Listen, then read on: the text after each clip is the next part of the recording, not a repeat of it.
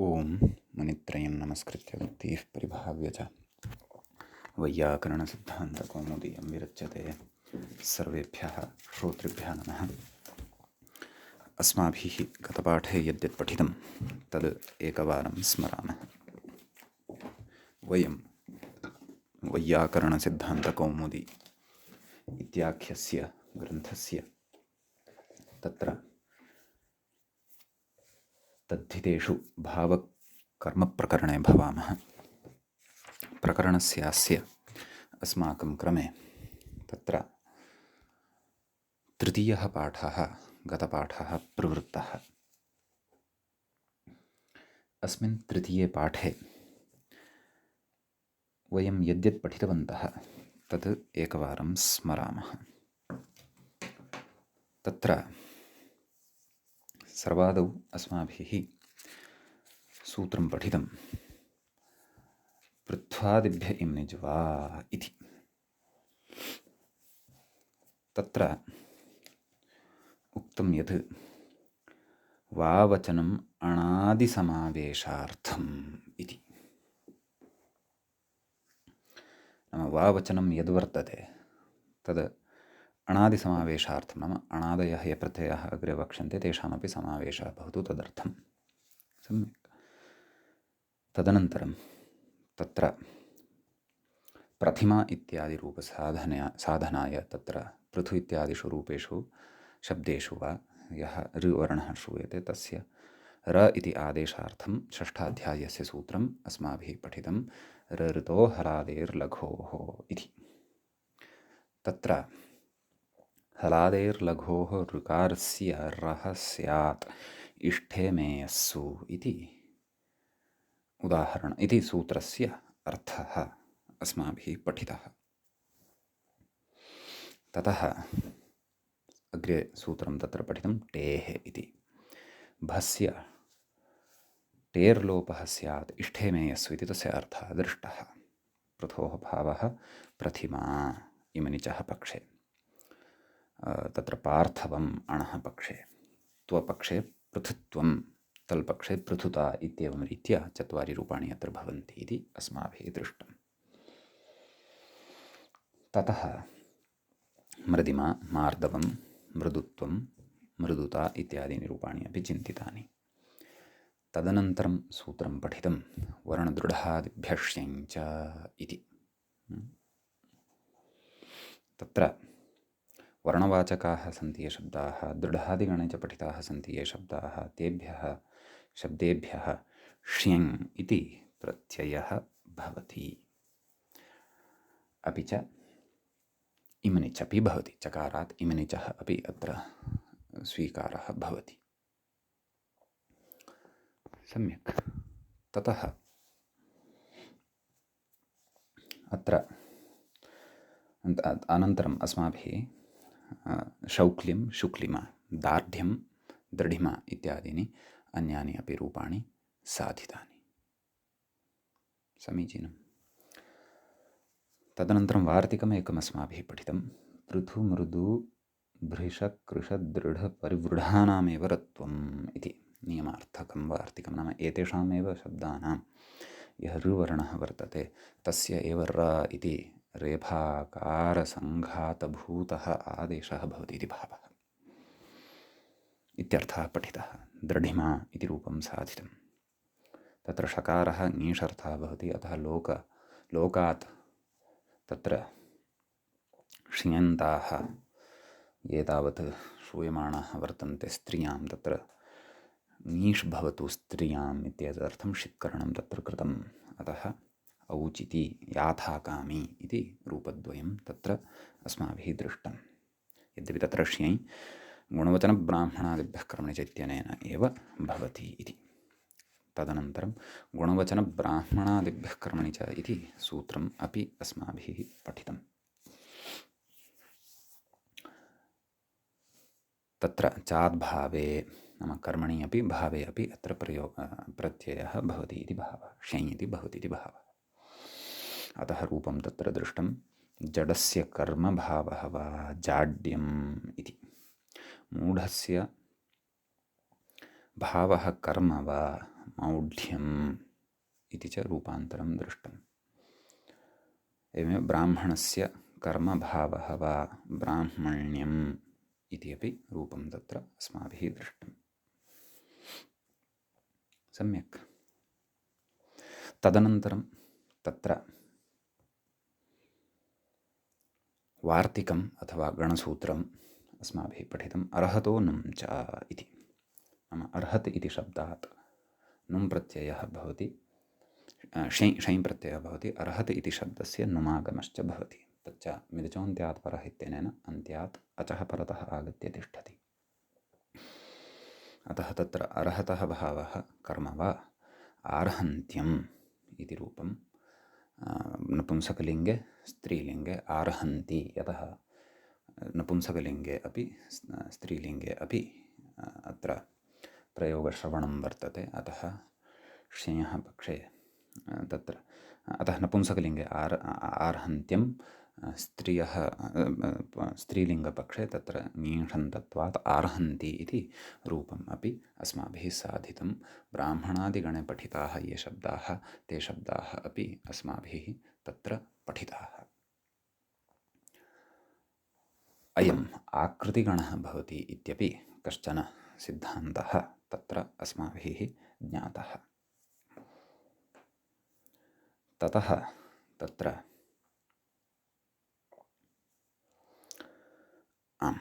एतावानेव विशेषः गते पाठे तृतीये पाठे सम्पन्नः। अधुना तावत् तद्धितेषु भावकर्मार्थप्रकरणस्यास्य अस्माकं क्रमे तत्र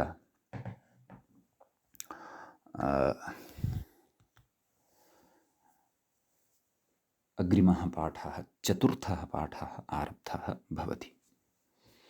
अस्मिन् चतुर्थे पाठे सर्वादौ अस्माभिः अग्रिमं सूत्रं पठनीयं वर्तते। गतपाठस्य च अन्ते व्याख्यायाः पङ्क्तिः इत्थम् आसीत्। तदाह आर्हन्त्यम् आर्हन्तीति आर्हन्त्यशब्दात् ङीषि हलस्तद्धितस्य इति यलोपः। सम्यक्। एतावान् विषयः अस्माभिः पठितः। इदानीम् अग्रिमस्य सूत्रस्य आरम्भः कर्तव्यः वर्तते। मूले सूत्रम् अग्रे पश्यन्तु। सूत्रं वर्तते एवं: यथा तथा यथा पुरयोः पर्यायेण इति अस्ति सूत्रम्। तत्र यथा तथा च यथा पुरञ्च यथा तथा यथा पुरे तयोः यथा तथा यथा पुरयोः इति षष्ठीविभक्तेः द्विवचनान्तं पदं भवति। पर्यायेण इति पर्याय इति शब्दस्य तृतीया विभक्तेः एकवचनान्तं रूपं भवति। समीचीनम्। प्रकृतसूत्रं प्रति नयःशुचीश्वर क्षेत्रज्ञ कुशलनिपुणानाम् इत्यस्मात् सूत्रात् नयः इत्यस्य अनुवर्तनं भवति।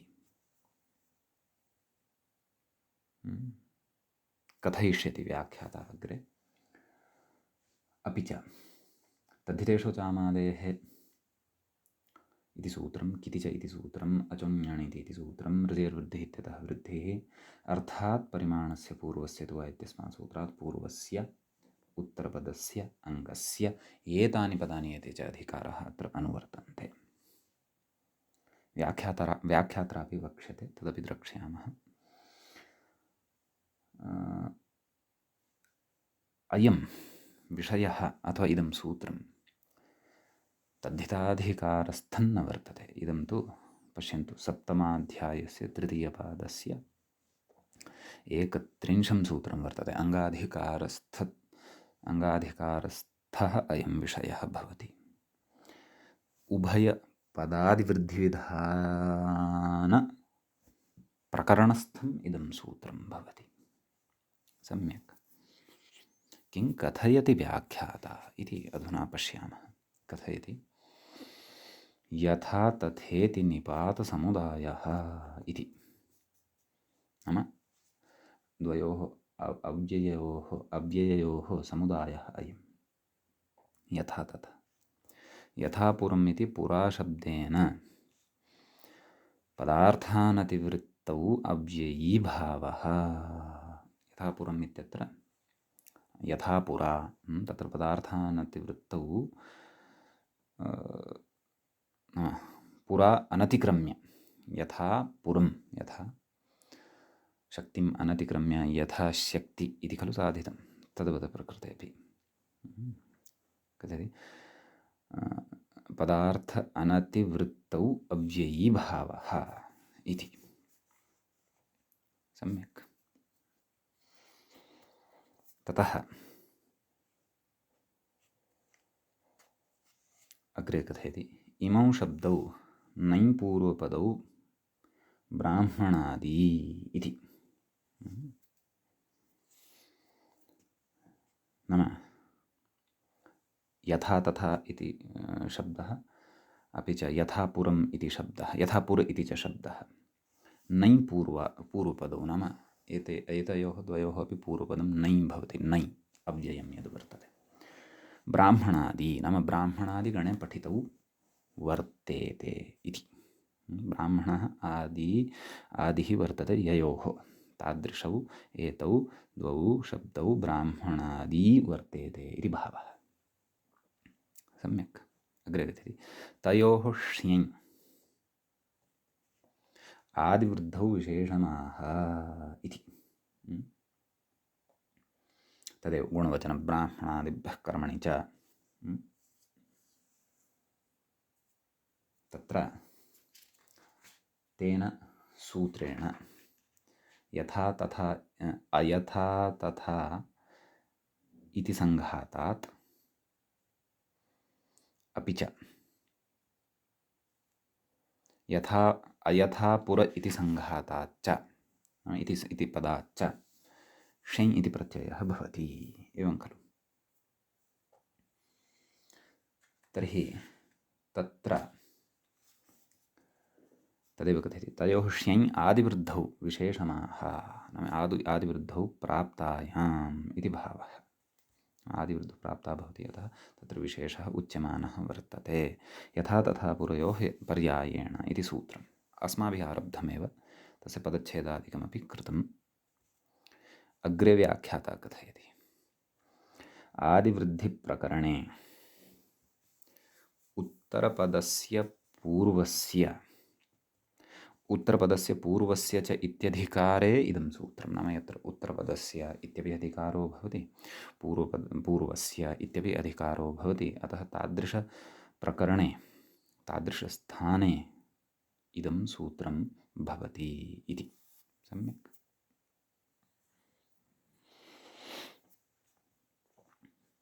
ततः कथयति नयः शुचि इत्यतः नयः इत्यनुवर्तते तत्र तदेव पूर्वम् इदमुक्तमेव तस्मात् नयः इत्यस्य अनुवृत्तिः भवति तदाह नयः परयोः एतयोः इति मूले पश्यन्तु नयः परयोः एतयोः कयोः नाम नञ् इत्यस्मात् परतः यथा तथा इति यः शब्दः तस्य नञ् इत्यस्मात् परतः यथा पुर इति च यः शब्दः नाम समस्तशब्दः यः तस्य च तत्र पूर्वोत्तरपदयोः पर्यायेण आदेः अचोः वृद्धिः आदिः अचयः वर्तते तस्य वृद्धिः भवति ङिदादौ इति ङितिणिति किति च परतः तच्च गतसूत्रेभ्यः अनुवर्तते इति पूर्वम् अस्माभिः उक्तमेव। समीचीनम्। तत्र कथयति पर्यायेण इत्यस्य अर्थं कथयति अग्रे कदाचित् पूर्वपदस्य कदाचित् उत्तरपदस्य इत्यर्थः प्रकृते कदाचित् पूर्वपदस्य वृद्धिः भवति उक्तं खलु एतयोः नयः परयोः एतयोः पूर्वोत्तरपदयोः पर्यायेण एकस्मिन्नेव समये भवति इति नास्ति पर्यायेण भवति कदाचित् पूर्वपदस्य कदाचित् उत्तरपदस्य भवति इति अर्थः उदाह्रियते आयथा तथ्यम्।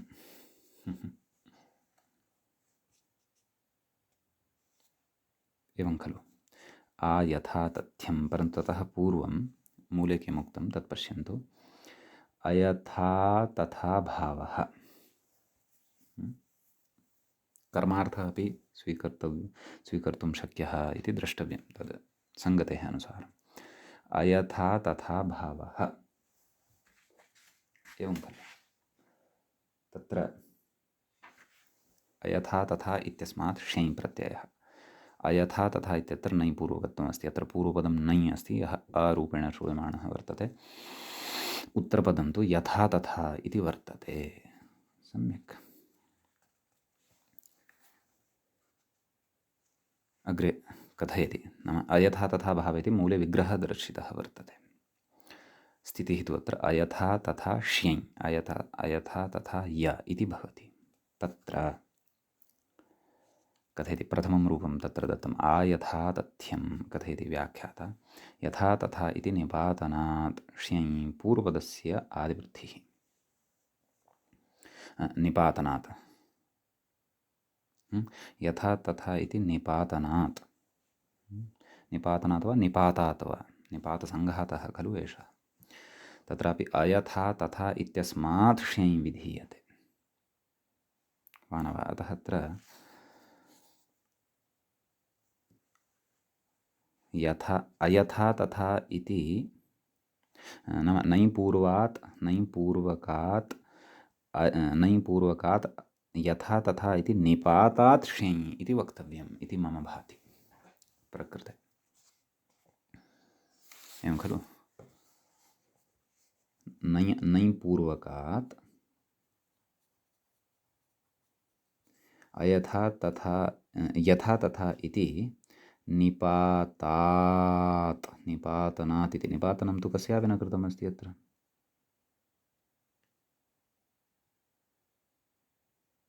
आम्, अस्य निपातनविषये उक्तं स्यात्, नाम उभयोः सङ्घातरूपयोः कथं प्रयोगः भवति इति चेत् निपातनवशात् प्रयोगः भवति इति वा अत्र अस्माभिः पङ्क्तेः अवगमनं कर्तव्यम्। सम्यक्। नाम अनयोः द्वयोः सङ्घातरूपयोः अव्यययोः अत्र निपातनं कृतं वर्तते, परन्तु श्यञ् तु न निपात्यते, श्यञ् तु विधीयते। एवं खलु। अतः अयथा तथा इति शब्दात् अत्र श्यञ् प्रत्ययः भवति। अयथा तथा य इति स्थितिः जायते। इत्यस्यां स्थितौ तत्र पूर्वपदस्य आदिवृद्धिः भवति। आयथा तथा य, यस्य चैतन्येन आलोपः। आयथा तथ् य, आयथा तथ्य सु अं पूर्वरूपं च विधाय आयथा तथ्यम् इति रूपं प्राप्नुमः। पर्यायेण खलु उक्ता, एकस्मिन्नेव समये इति न। अतः अधुना उत्तरपदस्य आदिवृद्धिः भविष्यति, अर्थात् यथा तथा इत्यस्य आदिवृद्धिः अधुना भविष्यति। तत्र उदाहरणम् उदाहरति, मूले पश्यन्तु। अयाथा तथ्यं, किम् उदाहरति? अयाथा तथ्यम्।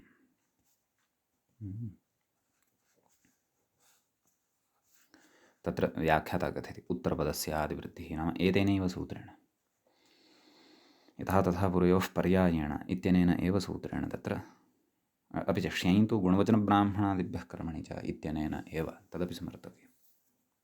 सम्यक्। अतः उत्तरपदस्य आदिवृद्धिः भवति। अतः तत्र अयथा तथा इत्यत्र उत्तरपदं किं? यथा तथा इति। यथा तथा इत्यस्य आदिः स्वरः कः इत्यत्र यकारोत्तरवर्ती अकारः, तस्य वृद्धिः भविष्यति। तस्य स्थाने आ इति वर्णः अत्र आगमिष्यति। अतः अयाथा तथा य, यस्य चैतन्येन आलोपः। अयाथा तथ् य, अयाथा तथ्य सु अं पूर्वरूपं च विधाय अयाथा तथ्यम् इति रूपम् अत्र प्राप्नुमः। सम्यक्। इदानीं यथा अयथा पुरम् इति शब्दविषये उच्यमानं वर्तते। कथयति अग्रे व्याख्याता।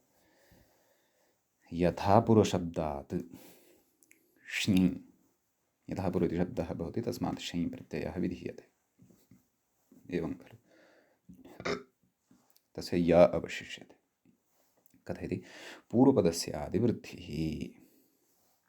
एवं खलु मूले पश्यन्तु रूपम् आयथापुर्यम् अयथापुर श्यै आदिवृद्धिः आयथापुर य अलोपः आयथापुर य आयथापुर्य सु अम् पूर्वरूपं च विधाय आयथापुर्यम् इति रूपं प्राप्नुमः। सम्यक्।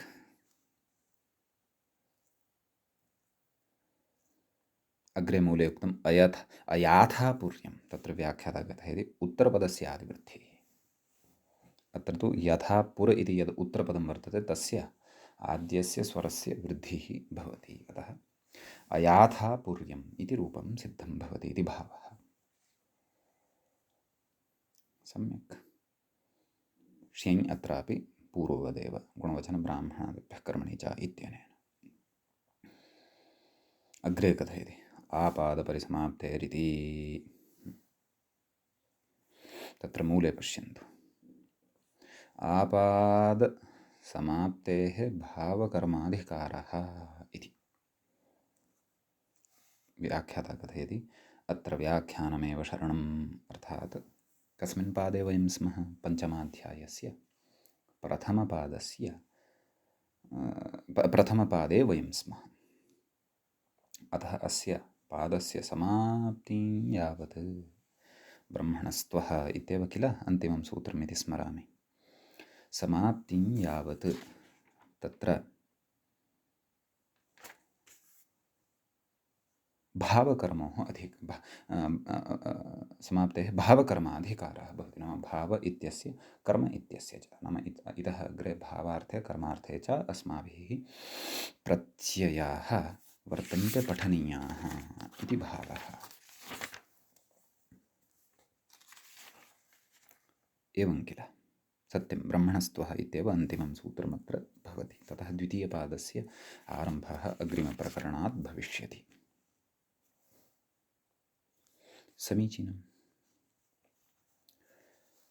किम् अग्रे कथयति तत् पश्यामः।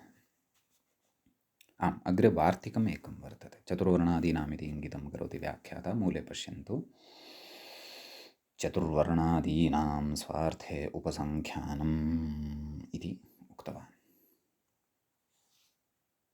नाम तत्र चतुर्वर्णादिगणे ये शब्दाः पठिताः वर्तन्ते तेषां तत्र प्रयोगसामर्थ्यात् चतुर्वर्णादिगणे केचन शब्दाः पठिताः दृश्यन्ते। एवं किल वार्तिके च अत्र अभिमताः केचन शब्दाः वर्तन्ते। चतुर्वर्ण आदिः येषां ते चतुर्वर्णादयः तेषां चतुर्वर्णादीनां। सम्यक्। स्वार्थे उपसङ्ख्यानम् इति। स्वस्य अर्थः स्वार्थः, उपसङ्ख्यानं नाम एवं वचनं कर्तव्यं। प्रकृते तत्र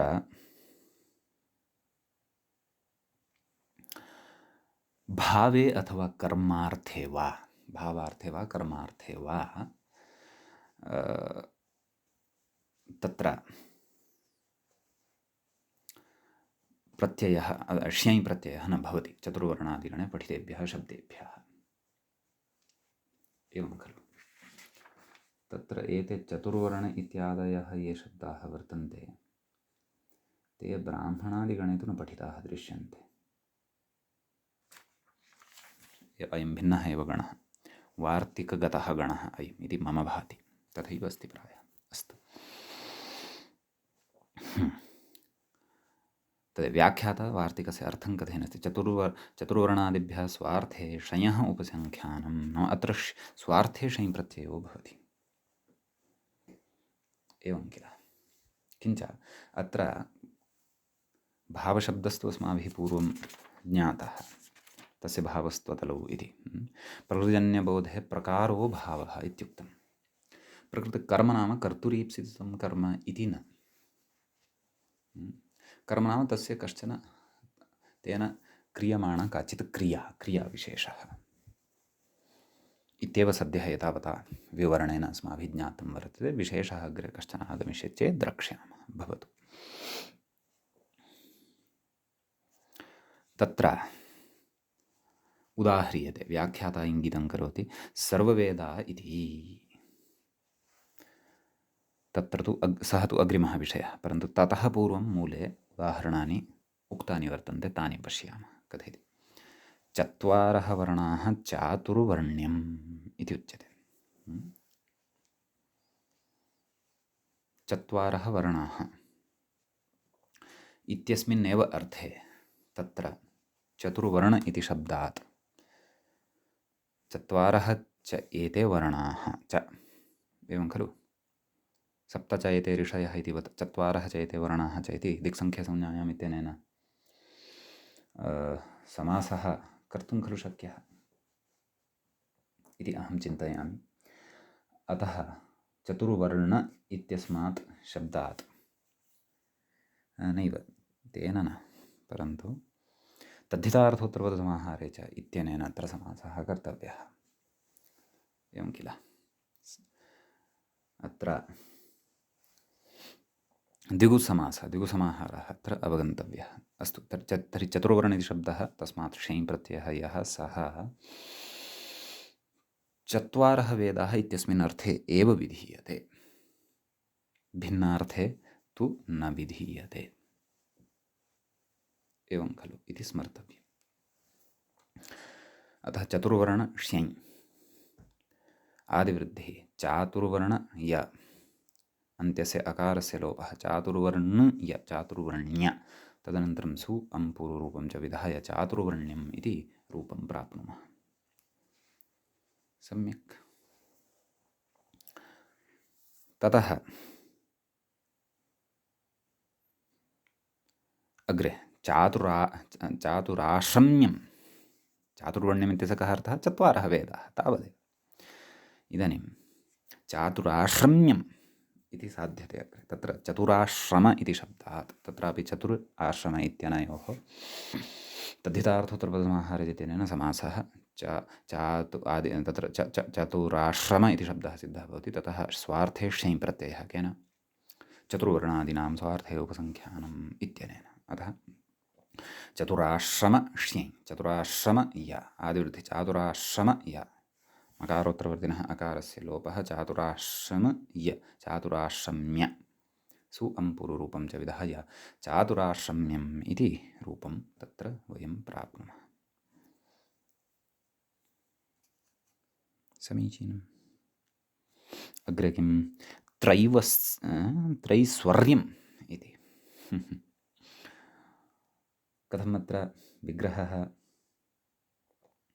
त्रैस्वर्यं, त्रयः स्वराः एव, अथवा त्रयः स्वराः इत्येव अर्थः त्रैस्वर्यम् इत्यस्यापि। तर्हि त्रयः स्वराः इत्यत्र त्रिस्वर इत्यनयोः समासः। त्रिस्वर ष्यञ् प्रत्ययः, ष्यञ् सति आदिवृद्धिः, अलोपः, त्रैस्वर्य त्रैस्वर्य, सु अम्पूर्वरूपं च विधाय त्रैस्वर्यम् इति रूपं प्राप्नुमः। अग्रे किमस्ति? षाड्गुण्यम्। षड्गुणाः, षट् गुणाः, षड्गुणाः, नैव षट् गुणाः।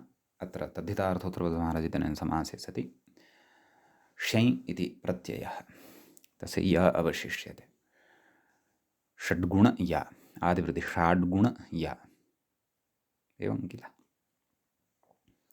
णकारोत्तरवर्तिनः अकारस्य लोपः, षाड्गुण य, षाड्गुण्य, सु अम्पूर्वरूपं च अत्र कुर्मः, षाड्गुण्यम् इति रूपं सिद्धं भवति।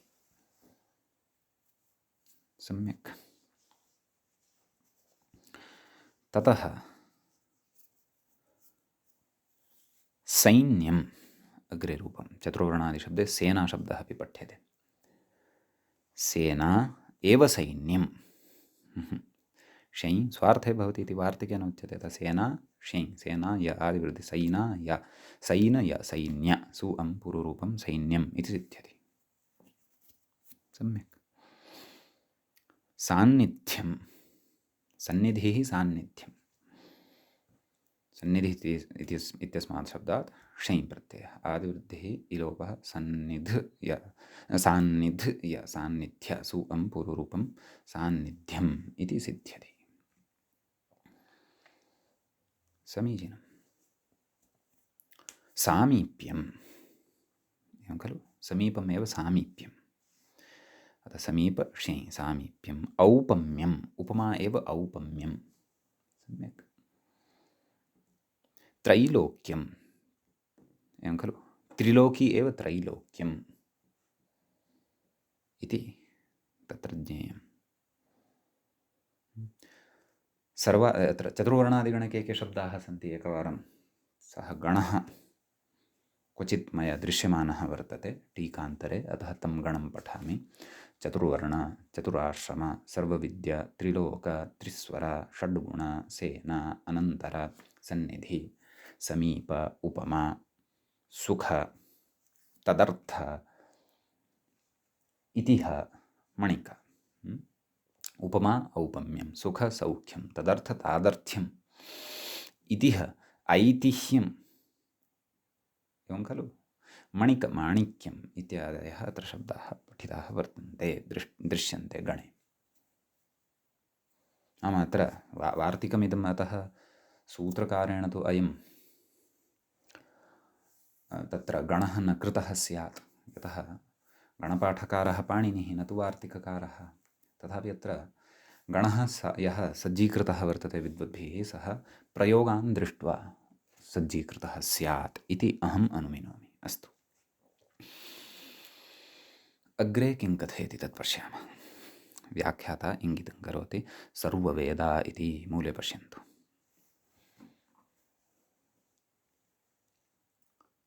तत्र उक्तं सर्वे वेदाः सर्ववेदाः एवं किल।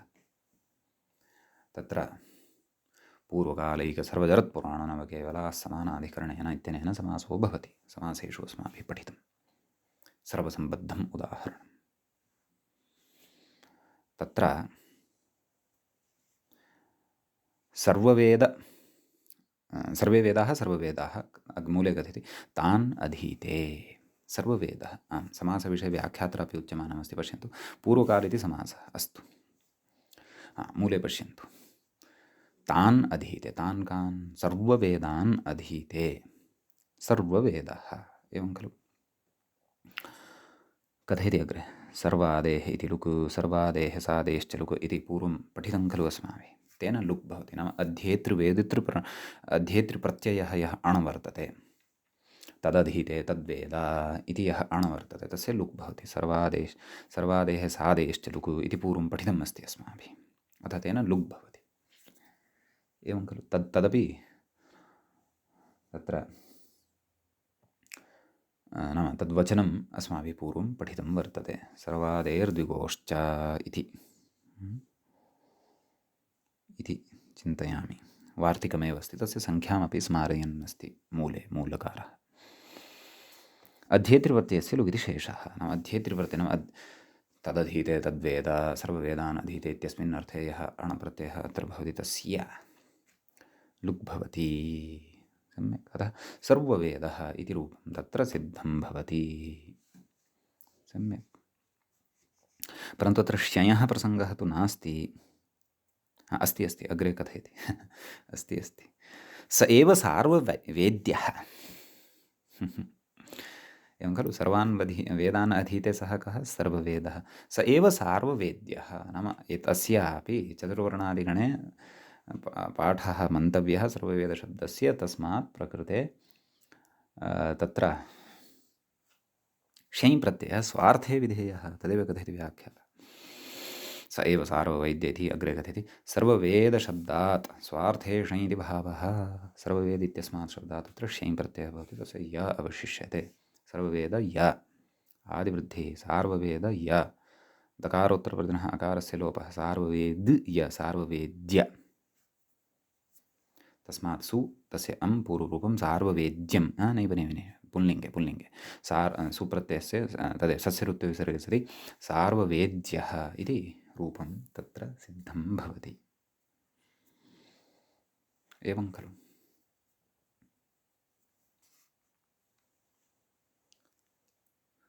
अग्रे कथयति। अग्रे गणसूत्रं वर्तते, नाम अस्मिन् चतुर्वर्णादिगणे किमपि सूत्रमपि अन्तर्भाव्यते, परन्तु भाष्ये पठितं स्यात् इति चिन्तयामि। अथवा नैव एतद् ब्राह्मणादिगणे वा पठितं स्यात् वा इति। सत्यं चतुर्वेदस्योभयपदवृद्धिश्च ब्राह्मणादिगणे पठनवेलायाम् अस्माभिः इदं पठितं। सम्यक्। तत्र अन्यदपि गणसूत्रमेकं सर्ववेदादिभ्यः स्वार्थे इति। चतुर्वर्णादीनाम् इत्यनेन स्वार्थे शैन सर्ववेदादिभ्यः स्वार्थे इति ब्राह्मणादिगणे यत् सूत्रं पठितं तेन अत्र शै इति भावः। क्व सार्ववेद्यः इत्यत्र तदेव चतुर्वर्णादिगणे अयं शब्दः न पठ्यते खलु, न दृश्यते खलु इति मम सन्देहः तदा जातः आसीत्। अतः इदं गणसूत्रं तदेव ब्राह्मणादिगणे वर्तते इति स्फुटमधुना।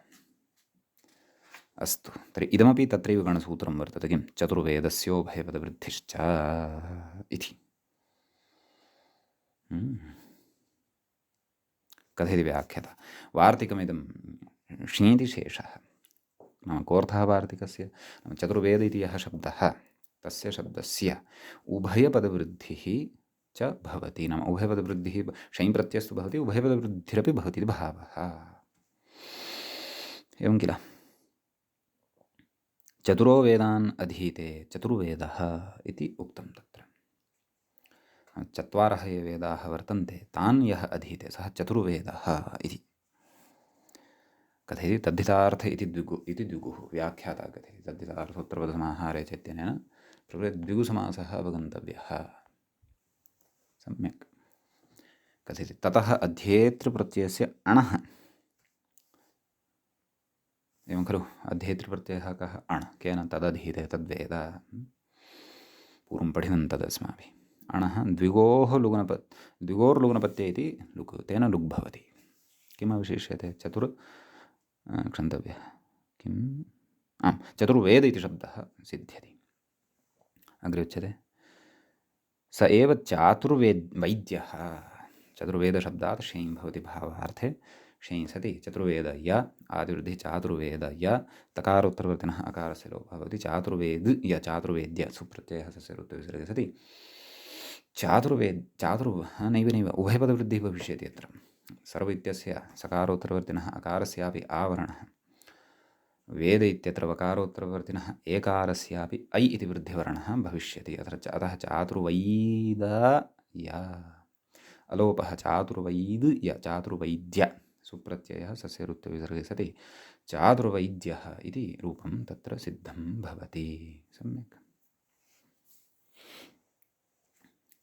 ततः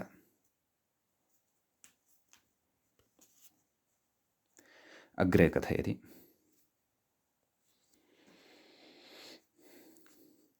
चतुर्विद्यस्य इति। मूले पश्यन्तु, चतुर्विद्यस्य इति पाठान्तरम् एवं चतुर्वेदस्योभयपदवृद्धिश्च इति वार्तिके। एषः तु वार्तिकं कथयन् अस्ति, परन्तु गणसूत्रत्वेन पठ्यमानमस्ति अस्माभिः। एतेन तु वार्तिकत्वेन, अपि च मूले गणसूत्रत्वेन पाठः अस्ति। पश्यन्तु, गणे च अस्माभिः दृष्टमेव, वार्तिकत्वेन अस्ति वा न वा इति भाष्यं सकृत् द्रष्टव्यम्। अस्तु, कथयति इति वार्तिके चतुर्वेदस्य इत्यस्य स्थाने चतुर्विद्यस्य इति केचित् पठन्ति इत्यर्थः। तत्र चतुर्विद्या इत्यपि दृश्यते इति भावः। तर्हि तत्र कथं किं रूपं भविष्यति? चातुर्विद्यम् इति रूपं भविष्यति। तस्य विग्रहः कथं? तद्व्याख्यात्र उच्यमानं वर्तते। चतस्रः विद्याः अधीते इत्यर्थे तद्धितार्थ इति द्विगौ, नाम तद्धितार्थोत्तरपदसमाहारे इत्यनेन द्विगुः भवति। सम्यक्। चतुर्विद्या इति समासे कथयति अग्रे विद्यालक्षणकल्पान्ताच्च इति ठकि। एवं किल। नाम अध्येतृप्रत्ययः अत्र ठक् इति चिन्तयामि।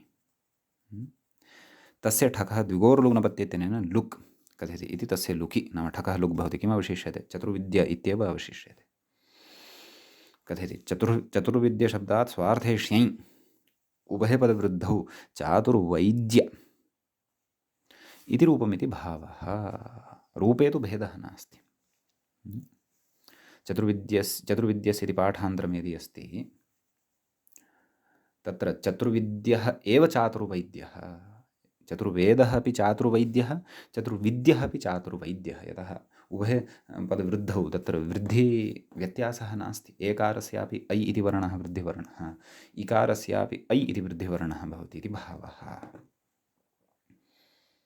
समीचीनम्। अग्रे किं कथयति? अग्रे अग्रिमं सूत्रं वर्तते। ब्राह्मणादिगणविषयः स वार्तिकः सगणसूत्रश्च अस्माभिः एतावता पठितः वर्तते। अग्रे तत्सम्बद्धः कश्चन विशेषः यदि उपस्थितः स्यात् तर्हि अग्रे एव तद्द्रक्ष्यते। समीचीनम्। आं किं कथयति?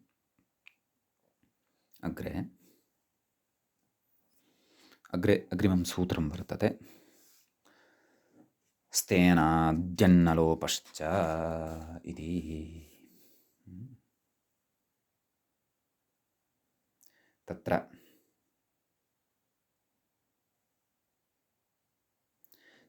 पदच्छेदः सूत्रस्य वर्तते द्रष्टव्यः।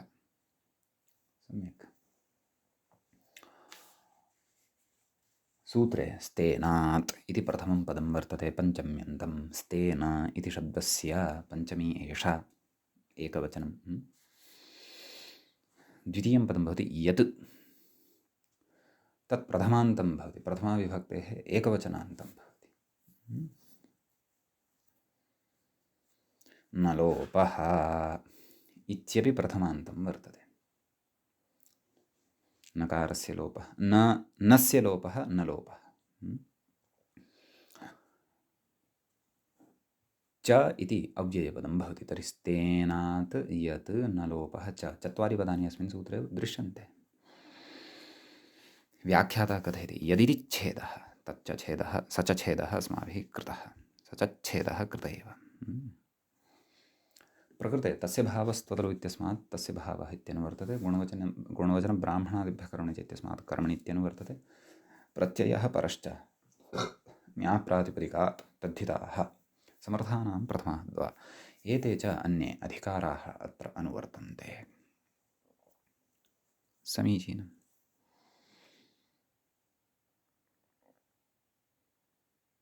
तत्र व्याख्याता सूत्रार्थं कथयन् अस्ति, पश्यन्तु। स्तेन शब्दात् षष्ठ्यन्तात्, किमन्तात्? षष्ठ्यन्तात्। यतः सुबन्तादेव तद्धितोत्पत्तिर्भवति इति वयं जानीमः। सिद्धान्तः पूर्वं ज्ञातः वर्तते। कथयति स्तेन शब्दात् षष्ठ्यन्तात् भावे कर्मणि च अर्थे, भावार्थे कर्मार्थे च यत् स्यादित्यर्थः। यत् इति प्रत्ययः भवति इति। अग्रे कथयति नेति सङ्घातग्रहणमिति। मूले पश्यन्तु, न इति सङ्घातग्रहणम्, अर्थात् नकारस्य अकारस्य च समूहः सङ्घातः वर्तते न इति। केवलः व्यञ्जनभूतः न वर्णः अत्र नोक्तः वर्तते। न लोपः इत्यत्र अकारः उच्चारणार्थकः नास्ति, परन्तु सङ्घातस्य एव ग्रहणम् अत्र वर्तते। नकाराकारयोः ग्रहणं वर्तते इति भावः। सम्यक्। अग्रे कथयति न लोपश्च इत्यत्र नेत्यकारः उच्चारणार्थकः न भवति, किन्तु नकाराकारसङ्घातग्रहणमित्यर्थः। सर्वम् उक्तमेव अस्मिन् विषये। न इति व्यञ्जनं, तस्माच्च परतः अकारः, अकारसहितः न इति सङ्घातः इति समूहः अत्र स्तेन इति शब्दे यः दृश्यमानः वर्तते, तस्य नकाराकाररूपस्य सङ्घातस्य समग्रस्य समूहस्येव लोपः क्रियते इति भावः। सम्यक्। ततः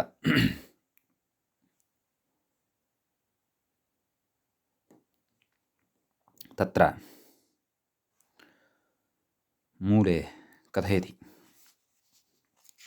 यद्यपि स्तेयमिति साक्षात् उदाहरणं प्रस्तौति व्याख्याता, परन्तु मूले इतोपि किमपि उक्तम् अस्ति, पश्यन्तु। स्तेन चौर्ये कश्चन धातुरेव वर्तते। स्तेन चौर्ये पचाद्यच नन्दिग्रहि पचादिभ्यो ल्युणिन्यचः इत्यनेन सूत्रेण अच प्रत्ययः इति भावः। नाम पचादिगणे अयं धातुः पठ्यते, अतः कर्तृर्थे अच् इति प्रत्ययः इति भावः। स्तेन इति धातोः इति इत्यर्थः। अतः स्तेन अ एवं खलु। तत्र अकारः इति संज्ञां प्राप्य लुप्तः भवति स्तेन धातोः। स्तेन नकारान्तः सः धातुः गृहीतः भवति। स्तेन अ चौर्यार्थे च सः धातुः वर्तते इत्यपि भवन्तः जानन्ति। स्तेन अ स्तेन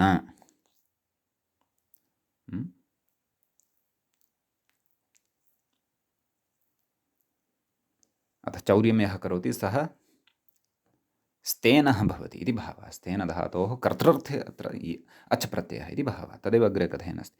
स्तेनस्य भावः कर्म वा स्तेयम् एवं खलु कथयति अग्रे। स्तेन शब्दात् यत् प्रत्यये सति तर्हि स्तेन शब्दः साधितः खलु। तर्हि यत् प्रत्ययः कस्मिन् अर्थे, भावार्थे कर्मार्थे वा?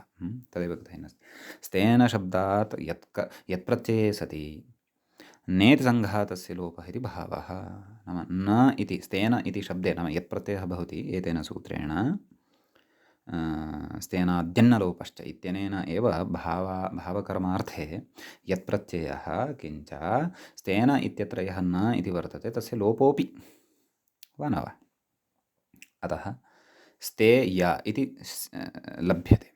स्तेय इत्यवस्थायां ततः सुप्रत्ययः, तस्य अमादेशः पूर्वरूपं स्तेयम् इति रूपं सिद्धं भवति। सम्यक्। व्याख्याता अग्रे अत्र किञ्चित् कथयन् अस्ति। किं कथयन् अस्ति तत् पश्यामः। न च इत्यतः पश्यन्तु। न च नकारमात्रलोपे अपि एवं खलु। नाम नकारस्यैव लोपः उच्यतां स्तेन शब्दे। कुतः? नकाराकारयोः नकाराकारभूतस्य सङ्घातस्य एव लोपः कुतः उच्यते? तदुच्यते नकार मात्रलोपे अपि यस्येदिति अकारलोपात्, नाम नकारस्य लोपः उच्यताम्। अकारः यः तत्र वर्तते स्तेन शब्दस्य, तस्य तु यस्येच् इत्यनेन लोपः भविष्यति एव। यतः यकारादिप्रत्ययः परतः वर्तते एव, भसंज्ञा अस्ति एव। एवं किल। स्तेन इत्यस्य भसंज्ञा अस्ति एव, अतः यस्येच् इत्यस्य प्रवर्तनमत्र भविष्यत्येव। एवं किल। कथयति यस्येच् इति अकारलोपात् स्तेयमिति सिद्ध्यति वाच्यं। केवलस्य नकारस्य लोपः उच्यतां, सङ्घातस्य लोपः कुतः? यस्येच् इत्यनेन अकारस्यापि लोपः भविष्यति, स्तेयमिति रूपं लभ्यते एव किल। सङ्घातलोपार्थं लोपस्य का वा अपेक्षा इति न वाच्यम्, इति न वक्तव्यं। पूर्वपक्षिणः कृते उच्यते। कथयति कुतः न वक्तव्यं? कथयति अचः परस्मिन् इति अकारलोपस्य, अचः परस्मिन् पूर्वविधौ परनिमित्तः अजादेशः स्थानिवत् स्यात् पूर्वत्वेन दृष्टस्य विधौ कर्तव्ये। यस्येच् इत्यनेन यः अकारः लोपादेशं प्राप्नोति सः लोपादेशः अवत् स्यात् अचः परस्मिन् पूर्वविधौ इत्यनेन। कथयति इत्यकारलोपस्य स्थानिवत्वेन तमाश्रित्य एकारस्य अयादेशप्रसङ्गात् एवं खलु। स्थानिवद्भावेन स्ते इत्यत्र यः एकारः वर्तते, नकारस्य तु लोपः भवति सूत्रेण, तस्य स्थाने एचोयवायावः इत्यनेन अयादेशः स्यात्। स्तय इति किमपि अनिष्टं रूपं स्यात् इति भावः। सम्यक्। कथयति अग्रे। न च सङ्घातग्रहणेऽपि अलोन्त्यस्य इति अकारस्य एव लोपः स्यादिति वाच्यम्। सङ्घातग्रहणं नाम सङ्घातग्रहणे नकाराकारयोः लोपः इति उच्यमानं वर्तते। तत्रापि षष्ठीनिर्दिष्टस्य अन्त्यस्याल आदेशः स्यात्। नस्य लोपः न लोपः इति खलु विगृह्यते। अतः अलोन्त्यस्य इति अकारस्यैव लोपः स्यात् इति शङ्क्यम्। एतादृशी शङ्का न कर्तव्या। कथयति यस्येच इत्येव अकारस्य लोपसिद्धौ इह न लोपविधिवैयर्थ्यात्। नाम तथा चेत् अकारस्य एव यदि लोपः स्यात् तर्हि स एव यदि लोपः कर्तव्यः अभविष्यत् स तु यस्य चित्यनेनापि सिद्ध्यति स्म खलु। तथा चेत् नलोपविधानस्य प्रयोजनं किं? तस्य नलोपविधानस्य वैयर्थ्यं खलु अत्र भवति स्म। कथयति नानर्थके लोन्त्यविधिः इति निषेधाच्च। एषः भिन्नः, इदं भिन्नं समाधानं, परन्तु नलोपविधिवैयर्थ्यात् नलोपस्य विधेः वैयर्थ्यं स्यात्। अतः व्यर्थः सन् अयं विधिः नलोपविधिः ज्ञापयति यत् प्रकृते नकाराकाररूपस्य सङ्घातस्य एव लोपः भवति इति भावः। किञ्च नानर्थके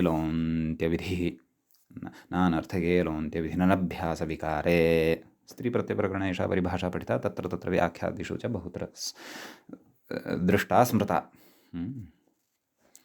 न अनर्थके अलोन्त्यविधिः, न इत्यस्य एकदेशः यः सः अनर्थकः, तस्य कदाचित् न इति यः उक्तः वर्तते वर्णः सः सार्थकत्वं भजेत।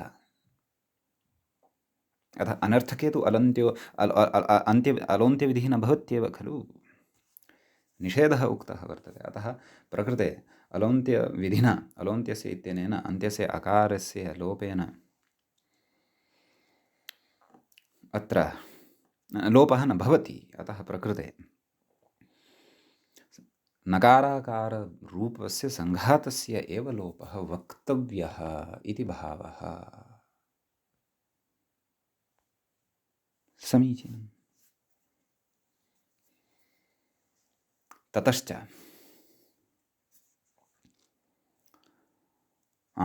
इति एतावदुक्त्वा अग्रे कश्चन विशेषः मूले ग्रन्थकारेण उच्यमानः वर्तते। एवं खलु, किं कथयति इति पश्यामः। व्याख्याता तत्र इङ्गितं करोति योगं विभज्येति। मूले पश्यन्तु, स्तेनात् इति योगं विभज्य, नाम सूत्रद्वयं कर्तव्यं। स्तेनात् इति एकं सूत्रं, यन्नलोपश्च इति अपरं सूत्रं। कथयति स्तेनात् इति योगं विभज्य, नाम एवं रीत्या सूत्रद्वयं कृत्वा स्थैन्यम् इति श्ययन्तमपि केचिदिच्छन्ति। नाम श्ययन्तमपि अत्र केचन आचार्याः इच्छन्ति। तत्र व्याख्याता कथयति स्तेनात् इति पृथक् सूत्रं श्यञ् इत्यनुवर्तते, नाम तत्र श्ययः अनुवर्तनं भवति। कुतः? गुणवचनब्राह्मणेनैव तत्र सूत्रं पठितं खलु अस्माभिः। आम्, वर्णदृढादिभ्यः श्यञ्च इत्यतः श्यञ् इत्यनुवर्तते। सम्यक्। कथयति तर्हि सूत्रं तर्हि स्तेनात् इत्यस्य सूत्रस्य अर्थः कः? कथयति स्तेन शब्दात् भावे कर्मणि च श्यञ् इत्यर्थः। एवं खलु, एवं किल। अतः स्थैन्यम् इति रूपं सिद्धं भवति। स्तेन श्यञ्, स्तेन य आदिवृद्धिः, स्थैन य अलोपः, स्थैन्य सु अम्पूर्वरूपं स्थैन्यं, नाम स्तेयार्थे स्थैन्यम् इत्यपि रूपं केचन इच्छन्ति इति भावः। प्रयोगः दृष्टः स्यात् तैः, अतः ते एवं रीत्या अत्र समाददति अथवा सिद्धिं कुर्वन्ति। अग्रे कथयति व्याख्याता समासकृदन्त तद्धितान्त अव्यय सर्वनाम जाति संख्या संज्ञा शब्द भिन्नम् अर्थवत् शब्दस्वरूपं गुणवचनसंज्ञकं भवतीति। इदमपि नाम गुणसंज्ञकं किं भवति इति वोतो गुणवचनात् इत्यादिषु सूत्रेषु अस्माभिः तत्र स्त्रीप्रत्ययप्रकरणादिषु तत्र गुणचर्चा पूर्वं विस्तरेण कृता वर्तते। नाम भाष्ये गुणवचनसंज्ञकं कीदृशं भवति तस्य परिभाषा या उक्ता वर्तते, अथवा तस्य लक्षणं यद् भाष्ये उक्तं वर्तते तद् असकृत् अस्माभिः चिन्तितं वर्तते। किं तत् पुनः पश्यन्तु। समासकृदन्त तद्धितान्त अव्यय सर्वनाम जातिसंख्या संज्ञा शब्दभिन्नं, नाम एते ये परिगणिताः अत्र समासादयः तद्भिन्नम् अर्थवत् शब्दस्वरूपं गुणवचनसंज्ञकं भवति। एवं खलु इति आकडारसूत्रभाष्यरीत्या, आकडारादेका संज्ञा इति तत्र उक्तं, तद्भाष्यरीत्या स्तेन शब्दस्य पचाद्यजन्तस्य कृदन्तस्य तत्र ल्युणिन् नन्दिगृहीपजादिभ्यो लुणिन्य च इत्यनेन यः अच् प्रत्ययः क्रियते सः कृतप्रत्ययः अतः स्तेन शब्दः कृदन्तः कथयति कृदन्तस्य गुणवचनत्वाभावात् नाम गुणवचनत्वम् अस्य न वर्तते कुतः कृदन्तत्वं वर्तते कृदन्तानां तु गुणवचनत्वं न भवति इति तत्र सूत्रे उक्तं खलु या परिभाषा अधुनैव अस्माभिः पठिता कथयति गुणवचनत्वाभावात् अप्राप्तौ इदं वचनम् अप्राप्तौ इदं वचनम् अत्र आरब्धं वर्तते इति भावः गुणवचनब्राह्मणादिभ्यः कर्मणि च इत्यनेन अत्र षेञ् न सिद्ध्यति अतः योगविभागः कर्तव्यः इति भावः षेयार्थं योगविभागः कर्तव्यः तदर्थम् इदं योगविभागपरकं वचनम् इति कथयति सम्यक् कथयति अग्रे अव्युत्पन्नप्रातिपदिकतया गुणवचनत्वे अपि यत्प्रत्ययेन अपवादेन पक्षे समावेशार्थं वचनं तर्हि केचन कथयेयुः अव्युत्पन्नं प्रातिपदिकमेव स्वीकुर्मः भोः स्तेन इति न व्युत्पादयामः यदि व्युत्पत्तिं न अत्र कुर्मः तर्हि प्रकृते किं भवति प्रकृते कृदन्तत्वम् अस्य न भवति एवं खलु तर्हि तु गुणवचनत्वमस्य भवत्येव खलु कथयति तथापि गुणवचनत्वे अपि यत्प्रत्ययेन अपवादेन पक्षे नाम यत्प्रत्ययेन अपवादे नाम प्रकृते यत्प्रत्ययः अपवादभूतः यः भवति पक्षे समावेशार्थं वचनं नाम ष्ञ्यपि भवतु यदपि भवतु तदर्थम् अत्र योगविभागपरकं वचनं कुर्वन्ति इति भावः कर्तव्यम् इति च भावः सम्यक् इति प्रथमसूत्रविषये उक्तम् अग्रे उच्यते ततो यन्नलोपश्च द्वितीयं सूत्रमिति उक्तमेव खलु इति योगान्तरं स्तेनात् इत्यनुवृत्तौ उक्तः अर्थः नाम स्तेनात् इति अनुवृत्तौ सत्यां यः सूत्रार्थः भवति यानि च उदाहरणानि भवन्ति यच्च उदाहरणं स्तेयम् इति भवति तच्च अस्माभिः सर्वम् उक्तं तच्च उदाहरणं साधितं तस्य अर्थः च उक्तः एव इति भावः सम्यक् तत्र मूले उक्तं खलु केचिदिच्छन्ति इति उक्तं खलु केचिदिति तद्विषये कथयति किं कथयति पश्यन्तु भाष्यादृश्यत्वात् नाम भाष्ये अयं योगविभागः न दृश्यते भोः भाष्यादृश्यत्वात् योगविभागोऽयम् अप्रामाणिक इति भावः नाम अयं योगविभागः अप्रामाणिकः वर्तते इति परन्तु दीक्षितः स्वयमपि भाष्ये अदृष्टं योगविभागं करोति खलु भवन्तः स्मरेयुः अव्ययं विभक्ति समीपसमृद्धिः इत्यत्र योगविभागः यः अस्ति सः भाष्येनोक्तः खलु तथापि अपदिशम् इति कोशेषु यः प्रयोगः दृश्यते तस्य प्रयोगस्य साधनाय खलु एतेन योगविभागः अत्र आश्रितः परन्तु तत्र कैश्चित् अयं योगविभागः यः उक्तः तैः स्थैन्यम् इत्यादि प्रयोगः क्वापि दृष्टः स्यादेव अतः एव अयं योगविभागः उक्तः वर्तते खलु परन्तु कैः उक्तः इति द्रष्टव्यं काशिकायां कदाचित् स्यात् परन्तु काशिकायां स्यात् यदि तर्हि कथयति स्म अन्ये विद्वांसः वा एतं योगविभागं प्रतिपादयन्ति वा इति अपि तत्र अस्माभिः द्रष्टव्यं भवति सम्यक्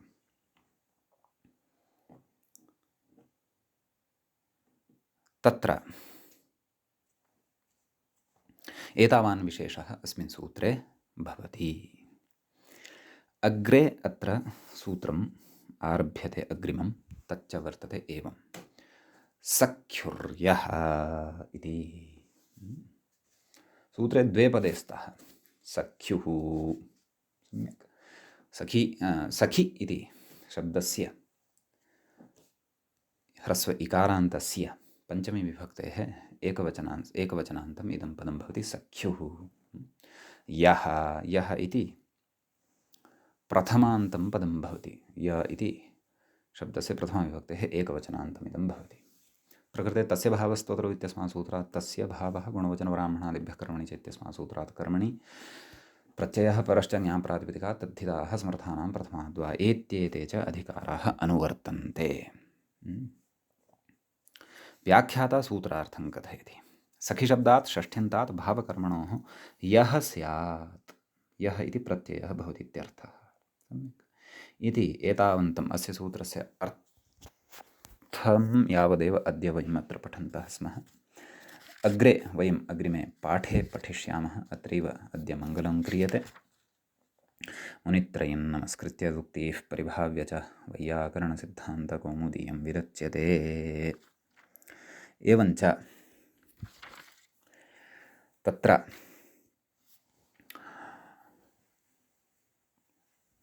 तद्धितेषु भावकर्मार्थप्रकरणस्यास्य अस्माकं क्रमे चतुर्थः एषः पाठः सम्पन्नतां गतः। नमः सर्वेभ्यः श्रोतृभ्यः।